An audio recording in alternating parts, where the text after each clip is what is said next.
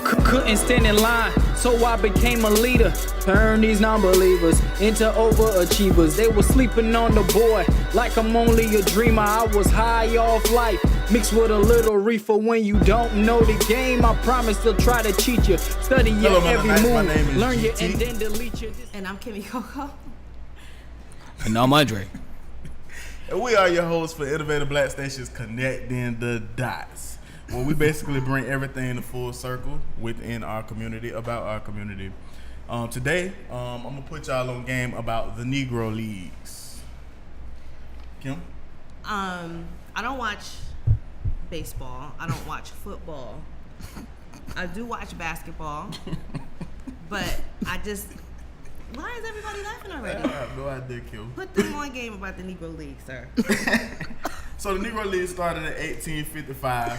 A lot of you don't know, Hank Aaron was the last black player from the Negro Leagues, of course, because we did have a couple of other races that was in the Negro Leagues as well. A lot of people didn't know about that. He was the last one from the Negro League to actually be integrated into Major League Baseball. A lot of people, if you don't know who Hank Aaron is, he 755 home runs, broke Babe Ruth record, which was really controversial. A lot of whites did not like that. He is a Hall of Famer. Negro Leagues has had over 10, 15 at least players come from their league to make it into the Major League Baseball Hall of Fame. One of those people was Satchel Paige. He was a pitcher in the league, and he ended up going to the majors in 1948. So he was one of those first blacks that actually got into the major leagues outside of the Negro Leagues. And of course, other Hall of Famers, Cool Papa Bell, Josh Gibson, who actually did not get a chance to go, more so with his attitude and things of that nature, was a great player, but just didn't get the opportunity to go. And Jackie Robinson, of course, 1962, he made it into the majors. The crazy part about his story, though, is a lot of people don't know Jackie Robinson, not only was he not one of the best players when he was playing in the Negro Leagues, but a lot of the Negro players did not agree that he should have been the first black to be put into the major leagues and integrated into the major leagues. But you got to understand, during that time, Right. This is the 60s, right? Right. You had to be mindful of who would have been the face of that. No. It was a long time ago. You would have had to be mindful of who you was going to put the face of that, because, like a person like Josh Gibson, who everybody felt like should have got into the majors before Jackie Robinson, like I said, the drinking and things of that nature, how are you going to take it when they're throwing baseballs at you or they calling you nigga? You know what I mean? So a lot of people took that into consideration about Jackie Robinson. He ended up being one of the greatest baseball players, not even black, just baseball players, period, of all time. So it was immediately, what I found out, immediately after the Civil War, and this keeps popping up, right? All this Civil War stuff keeps popping up in every aspect of our lives recently.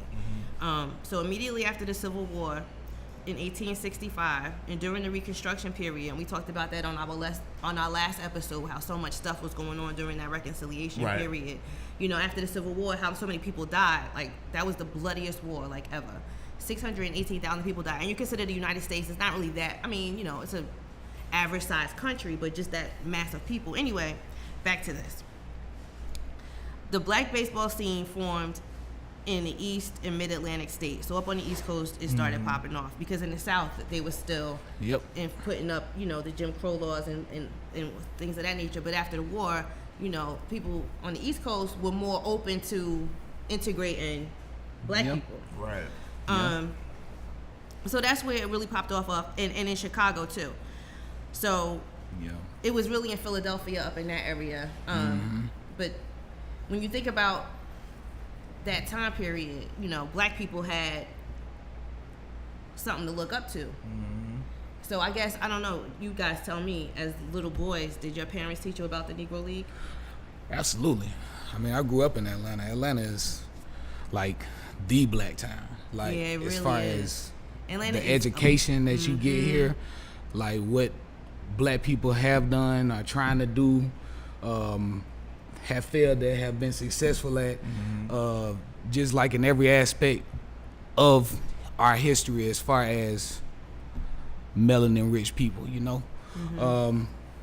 And it's something that, I mean, I didn't really take for granted, but, you know how school works. So they taught you guys, what about you in Florida? Because, you know, Florida, they told us, they taught us some things about the Negro Leagues, you know, of course, because of Jackie Robinson and how rich his history was, as well as Hank Aaron. But most of the things I learned about the Negro Leagues, I put myself on about it. Like knowing the players, knowing when they got inducted into the league and why they got in or these didn't get in. Like, I educated myself about the Negro Leagues and was very fascinated about it. And when you think about,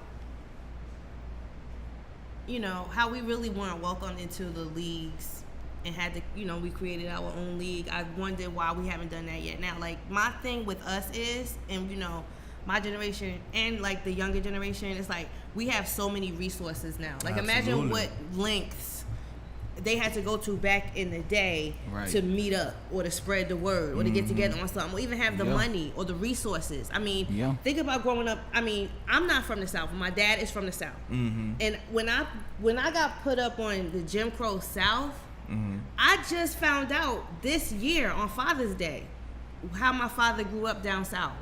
I mean, you read about it, and you know, growing up on the East Coast, a lot of people don't. I mean, you go to your grandmother's house in the summer. You know. Okay. But you only catch pieces of it from up that way. You only catch pieces of it. Yo, you know? I mean, living down here, growing up in it, like I said, Atlanta is just like black. I'm not saying that, you know what I'm saying, we don't deal with, you know, white people doing this, whatever. But I think the separatism is more prevalent in other places. I think Atlanta is a really together Atlanta is together place. Atlanta like being somewhere in Jacksonville. I don't know. It's really like. My cousins and my people in my family say they don't want to come to Cobb County. So I mean, that's not far outside of Atlanta. But even you don't have to go far to be. I mean, this guy was driving down the street almost like with a Confederate flag waving on the back of his truck in Cobb County the other day. Like, it's once you leave Atlanta Metro, I don't know. You might see some strange things coming from the East Coast because they're not like you look at. I looked on the internet. I think it was the Southern Poverty Law Center website. And they have a list of Confederate statues and where they are in the country because, you know, now they're saying because so many people have been tearing this stuff up, they should put people like Jackie Robinson and those people, like, build more memorials to our black heroes, too, so that we'll have something to go to because they're... I think it's something that they're actually working on because, I mean, like, DJ Samore could tell you as well, like I know in Palm Beach, we built a whole memorial for, like, Martin Luther King. Yeah. So I think it's something that they actually are working on. It's just timing and where exactly you're gonna put it at and who's gonna pay for it. Who's gonna pay for it? Exactly. Exactly. That's what's important. But going into our next segment, kind of tied into something that both of you was kind of talking about earlier. Talking about us as millennials, as black people as a whole. Do we feel like we should have alternative leagues? Of course, you know, we have the whole Colin Kaepernick situation and now Marshawn Lynch, where they're not standing for the pledge. And, you know, Kaepernick being blackballed from the league, and then now you got Marshawn Lynch who came back into the league, and a lot of people feel like he came back just to do that. You know, just because of the type of man he is, you got to understand Colin Kaepernick and Marshawn Lynch, two different types of black men. You know what I mean? So, I mean, I just want y'all opinion on it. Dre, what you think? I mean, do you think we should have a choice? Should we have another football league? I mean, why not? On one hand and on one token.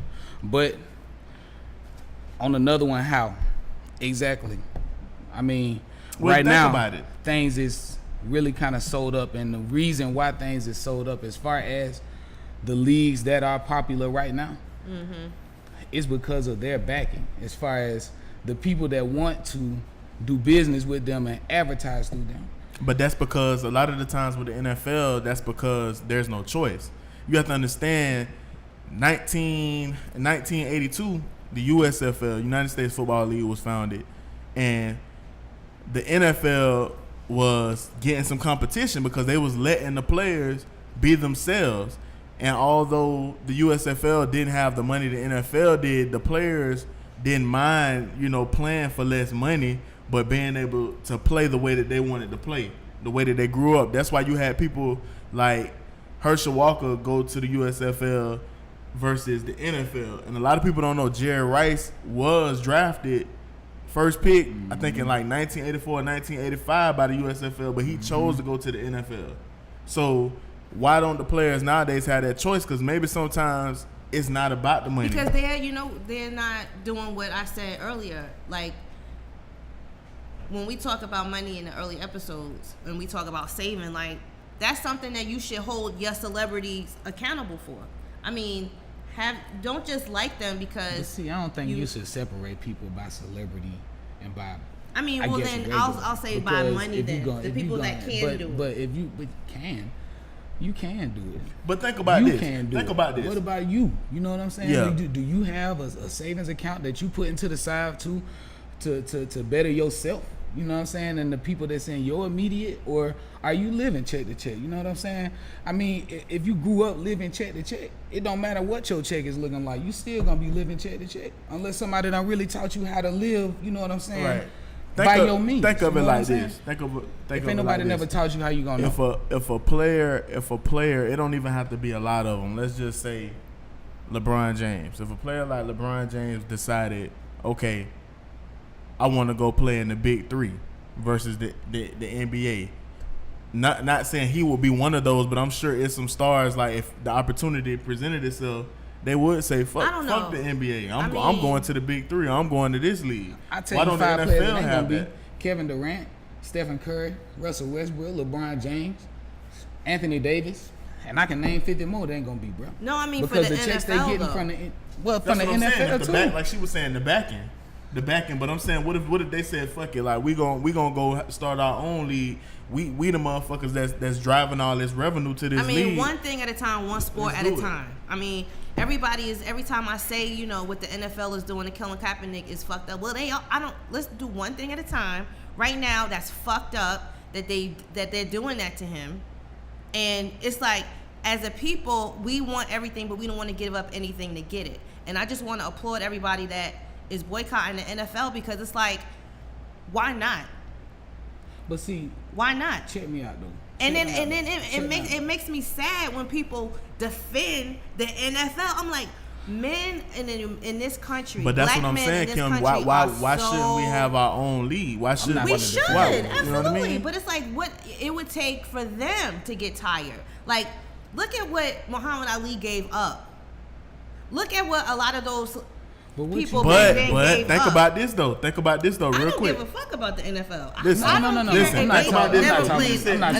You just said Muhammad Ali, right? I'm talking about Muhammad Ali was the face of boxing when he boxed. So even though they wasn't making like what Mayweather making, oh God, think about if Muhammad Ali would have really stopped boxing. And let's just say Joe Frazier. Let's just say two people. That's two, right? But guess what?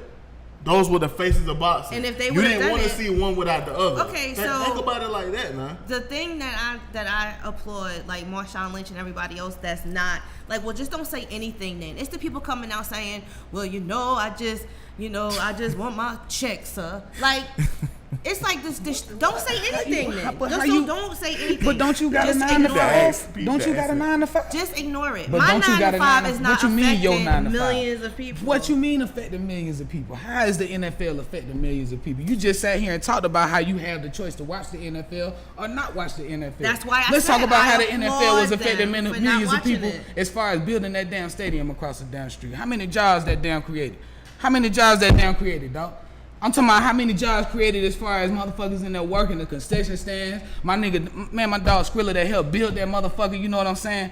Dog, listen to me, dog. The NFL, you know what I'm saying? That shit is crazy as far as the amount of guala that they got going on right now. You was talking about the niggas at their 9 to 5. These niggas worked hard their whole fucking life, dog. Think about what you wanted to do. Do you do what you want to do right now? If you do what you want to do right now, think about how hard you fucking work to get to where you want to do. You doing what you want to do. You getting paid what you want to pay. You happy, bro. This your 9 to 5. This your job. This your life. Right. You talking about telling these niggas to go strike out and do their own damn thing? Is you ready to do that? Do you do your own thing right now, or is you working for somebody with a 401k where they matching that motherfucker? You know what I'm saying? They're working somewhere. You know what I'm saying? Where you getting a goddamn check? You asking these niggas to say fuck my check? Come on. No. Are you ready to say fuck your check for Colin Kaepernick, bro? Come on, man. This nigga made a decision to do that shit. He made a decision to do that shit. Guess what? And then what he did with that decision, if he was smart, he thought about what the consequences of that decision were gonna be. Just like you supposed to do on an everyday basis. But listen. Just like what you supposed to do on an everyday basis. Right. I mean, he made. And now you know what I'm saying. He dealing with the consequences, bro. Now he dealing with the consequences. That ain't got a motherfucking thing. So then you just eliminate. Come on, man. $60 million. Come on, man. Listen to me. A $60 million contract. He walked away with the majority of that money. Colin Kaepernick. I don't know what his situation looking like. He not hurting for. I know he ain't got no job right now. Listen. And I know I ain't never really liked that nigga as no quarterback, period. If we talking about sports, you know what I'm saying? I don't even feel like them niggas should have fucking beat us back in the G. Y'all say that. You know what I'm saying? 2012. That was some wild ass shit. Y'all say that. Their defense was raw as fuck. But you know, I mean, I'm just saying. Y'all say that. I don't really, man. Y'all I'm say sorry, that, man. and y'all will get run over by a car about y'all NFL team. I'm sorry, dog. But I apologize. They just like everybody else. And you say you mad as hell because he threw his away. I done seen NFL players throw that shit away over hoes, over some jealousy shit. I saw Ray Caruth in somebody's trunk. So y'all don't get mad at people when they get kicked out of the NFL for raping people and getting drunk, and y'all just be like, oh man, dog, that's messed up. You know, he just lived a hard life and he didn't know no better. No, I applaud him because he's doing it for us. He's doing that for everybody. Now, when somebody's son is shot by a cop, then y'all like, man, dog, I wish I could do something about it. They have the ability to do something about it. Kim, the reason why I say that is because look how much of an influence they have on people. Kim, to wrap up this segment, I'm gonna say this. I'm gonna close it out with this. You shouldn't be wrong for apologizing because the way you feel, I'm sure it's hundreds of players in the NFL that feel that way. So that same emotion that you just showed, that's what they showing. They feel the same way you feel. And then why you think these niggas don't strike? Right. But then just don't say anything then. Because it's like, okay, if that's how you feel, don't say anything. Marshawn Lynch has not said anything. He did it in a way where it's like, look, I'm just doing it. Anything. He's never said Colin Kaepernick always been well, you know what I'm saying, spoken. He always been a good interview for them motherfuckers in the media. You go back, you look to where he was popping, look at that shit. They was ready to do his damn story on ESPN with his mama, you know what I'm saying, that left his ass. You know what I'm saying? Exactly. He was adopted by, you know what I'm saying, some white people, but his mama was white and left him. You know what I'm saying? Put him up for adoption. And they was ready to put that shit on ESPN. He was a great interview. And he always been a great interview. And then when he did that, they came and they asked him, and he told them what the play was. Right. He wasn't doing it for the, you know what I'm saying, publicity and all that shit, I don't guess. I mean, maybe that ain't how I don't know, you know what I'm saying, where his heart is at, you know what I'm saying? But, I mean, I applaud everybody that's not standing, and it's really like for that, and the national anthem, like, if you read the national anthem, like the whole thing, I mean, you know, people, like you said, do what you do and do why you do it. But there are a group of people that feel like they would rather not watch football just to show some solidarity. Right. You know? Some solidarity. And then what we gonna do after he conclude his statement, we're gonna get into the Cocoa with Kymmy. But what was you saying, Dre? Solidarity with what?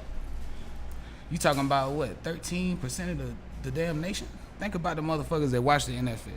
Let's say everybody in this room, let's say everybody in Atlanta said fuck the NFL, bro. That's black, bro. Think about what kind of dent that's gonna make on the fucking market. None. Well, we'll because see. Think about how many motherfuckers in Atlanta that ain't black, bro. Well, as long as the conversation is being more had, you know what I'm saying? I seen it on the news that they have brought up, like, people are boycotting the NFL.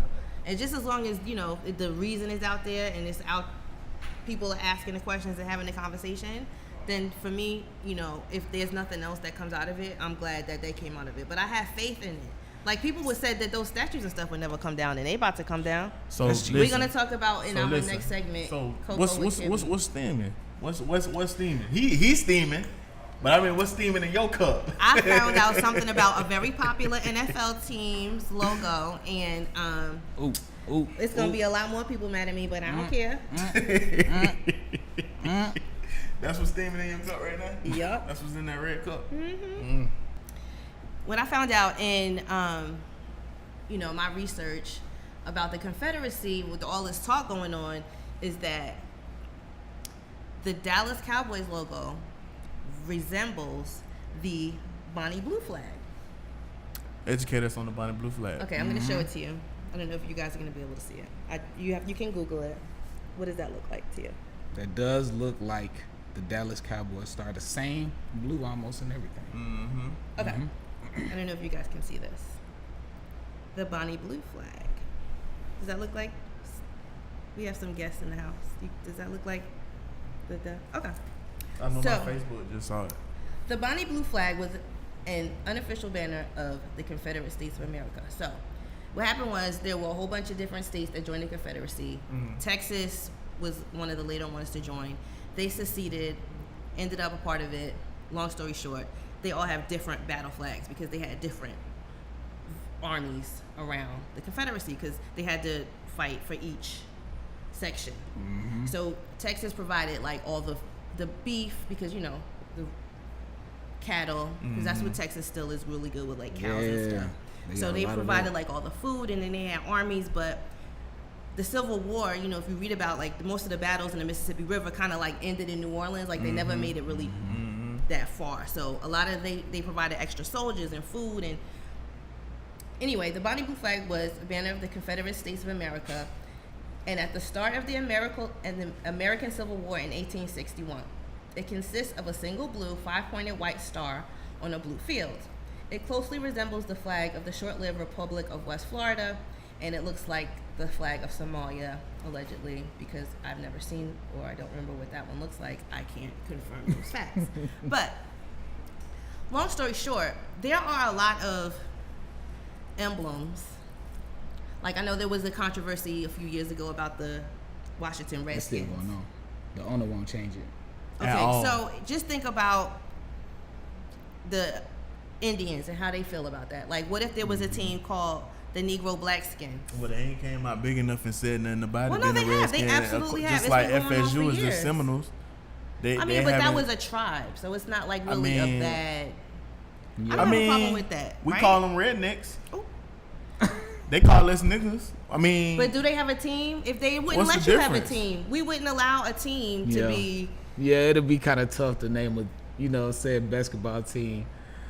But when you talk about taking Confederate symbols down, and when you talk about taking Confederate symbols down, and when you're talking about not feeding the animal of white supremacy, you have to think about that. Like I see a lot of black people walking around with that on there, and then the other logo that kind of bothers me too is the Texans logo. Like it's just too.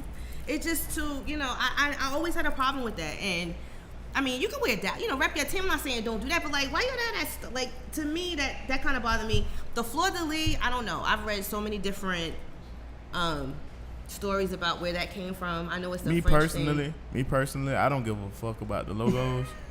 They all fire me. They all look good. I really don't. I just feel like if it's done went on for so long without somebody complaining about the logo, it being that big where it reached Supreme Court or anything like that, fuck it. Let's just keep wearing our team, repping our team, and it is what it is. It's just like, I know the Saints logo origin is from France, and then, you know what I mean, then, Haiti, and then you go from Haiti to Louisiana, because a lot of Louisiana people do have that French Haitian background. You know what I mean? Like these logos and the origins of these logos, a lot of this shit, even some of our last names. Like I know my last name is Irish. You know what I mean? But ain't a lick of white about me. You know what I mean? So I just think if it's done went on this long, fuck it. Let's just keep going with what we've been going with. I agree. I don't agree. I just because I grew up like that, and that's the thing too about. I don't know if it's the era or if it's because I grew up on the East Coast, but there were just certain things that you don't do. You don't wear, like if you want to have a shirt, like how people walk around with the Marilyn Monroe shirt. Yeah. You never wear anything with a white woman on it. Like not you just don't. But You not don't only ever that, put but not only anybody that, on- even because people like, have their it's- kids wearing Marilyn Monroe But that's and not, the we don't, origin. But, okay, that's what I'm saying. But that's why when we talk about like symbolism, and that's why they want to take the statues down, like we're feeding the animal. Like you have to get to the point where nothing to you is more beautiful than you. Like you have to represent your culture in every way. Like we are consistently representing that culture. And like I was saying before, I don't know if we were talking about this off camera or on camera, but we are a very unique community, and people milk our culture for so many things, our music, our struggle, but it's all because, you know, our history is what it is. And, you know, people come from Haiti, and people come from Trinidad, and people come from Cuba and the Dominican Republic and Puerto Rico, and they can trace their ancestry back, and they can go back to their country and say, oh, you know, this is where I'm from. But African Americans that didn't have the opportunity to choose whether they wanted to come here or not have a unique story and a unique something about them that we should be able to. I mean, we created the culture, and that's why I'm so fond of hip hop, and that's why I always speak from a place of having been brought up in that era, because that's uniquely ours, and every culture has milked us of that. Like, why don't we take more pride in that? Why don't we want it to be more diverse? Why don't we want it to have more? You know, it has an impact on society. So why aren't we holding it up to a higher standard? Our celebrities, our rappers, our sports people, like we have to preserve our own culture, because I think Ice Cube and Master P are really setting the trend for that. I mean, Ice Cube with the big three, and then Master P just. But Ice Cube always look at Ice Cube's story. Ice Cube has always. But look at a lot of these stories, though, Kim. For black people. Look at a lot of these stories, Kim. Like I just said, Master P, you know, New Orleans Gators, mixed gender league. I mean, you know, we're doing it. Like I say, it's progress. But like I was saying earlier, which Dre kind of disagreed with it, you know, because of the financial income, something that you work for your whole life. Look at a lot of people now. I just think if some of them, you know, took their money and put it elsewhere, then we could. But stepping stones, like you got Grant Hill having a partnership, being part owner, you know, of the Atlanta Falcons. You got Atlanta Hawks. You got Magic Johnson, you know, doing leadership and ownership with the Lakers. I mean, it's gonna take time. They have to learn from somewhere. Why not learn from the best, you know, before you put yourself in there? Like he said, are we ready? Are we ready to take that step to be owners of our own? Right.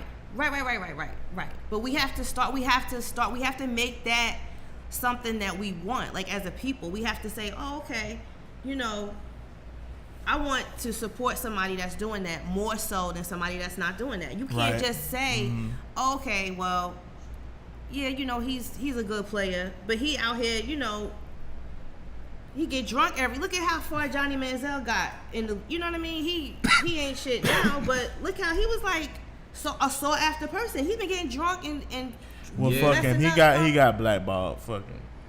Anyway, we gonna go with my 2 cents.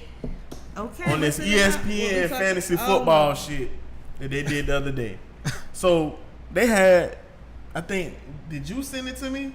That they had to get out. They did the get out thing. I don't know. They was holding up the players. Like I saw Odell Beckham, and then I saw Jarvis Landry. Like I don't know if I was more offended if it was Jarvis Landry because I'm a Dolphin fan, or if it was just us as blacks and then seeing get out and just seeing them go with that thing, and then they had to go behind and apologize about it. Well, when I like, first, why would you make us? Listen, I know Jay Black play fantasy. Me and him play fantasy because we play in the same league. Yeah. My thing is, fantasy is a draft. Why the fuck are you doing an auction when everything about a league is a fucking draft? It all looks like that to me when I see them, and you know, I don't watch sports, so I don't really get it, and I'm not a guy, so I didn't grow up having to be made, doing all this stuff. You know what I'm saying? And I know y'all like the barbarian sports, and you like people blood and stuff. I don't know. It ain't about the blood. It's not about the blood. It's about it's contact. Think about it. It's not when a man dunk, when a black man dunk, that's contact with the goal. When a black man hit a home run, that's contact with a bat. When a black man clack the shit out of another black man and the ball come out his hand, it's all contact. Yeah, man, but football, bro, for me, bro, it's It's the whole concept of football, bro. Yeah, it's kind of like chess with people, right? No, man. It's all together. You gotta like work teamwork. together. You have to. Without teamwork, without everybody being on the same page in football, you look like trash. You look like hot garbage. Even if you got the most talented team in the world, you look like hot garbage because everybody got to be on the same page in football. When I see all that stuff and I see them at training and I see people with notebooks and them jumping and all that stuff, it just reminds me. Every time I see it, I'm like, it just makes me uncomfortable. So when I saw that, I saw it on Instagram, and I was like, I thought it was a joke. I thought it was like part 2 of Get Out. So I was like, what is this? You saw when they do the combine? I'm talking about the draft. When I saw that draft I saw him holding up a little picture of Odell Beckham. Nah, that wasn't a draft. That's the thing. A draft? Like I mean, not the draft, the auction. When I saw we don't do that shit. When I saw the auction on Instagram, when I saw the little picture of Odell Beckham, I was like, what is this? Is this Get Out part 2? And then I was like, why are they doing that? What the fuck is this? Imagine a motherfucker holding your picture up. Saying 25, 35, 45, 55, 55, 77. Imagine somebody doing that to you. But this is the NFL, and this is what you guys love, and this is what you gotta have, and you mad at calling, and I don't understand. It's my job. This is how they do you. This is how they do you. This is how they do them. ESPN, y'all was wrong for that. It's trifling and it's trashy and it's disrespectful, but it's like, but you know, you're getting your money, and so we value money over everything. We have to get to the point where we have a balance between money and integrity and holding people accountable for, you know. Man. Listen, make sure y'all check out our sister shows, DJ Samoa's Top 5 Countdown, as well as Inside the Industry with my man Jay Black. This is your boy GT. I'm Kymmy Cocoa. I'm Dre Day. Out. Real. Herschel Walker, Bo Jackson. So I became a leader. I'm gonna go Bo Jackson. I'm gonna go RG3. Vince Young to RG3. I'm gonna go Vince, man, because he lasted a little bit longer there, bro. We the one that put that thing on him. Austin. All right, I'm gonna give you one more. World where life is your only teacher. Gotta understand the rules and see everyone as your equal. Always watch your surroundings. Listen to different people. Live this life to the fullest, cause you'll never get a sequel. Be that person to admire. Be a hero for your people. Steady practice what you preach and trust in pay attention to the game. I mean, change when changes needed. Yeah, I'm gonna go Russ. All in the field. If you trying to stay ahead, stay focused and pay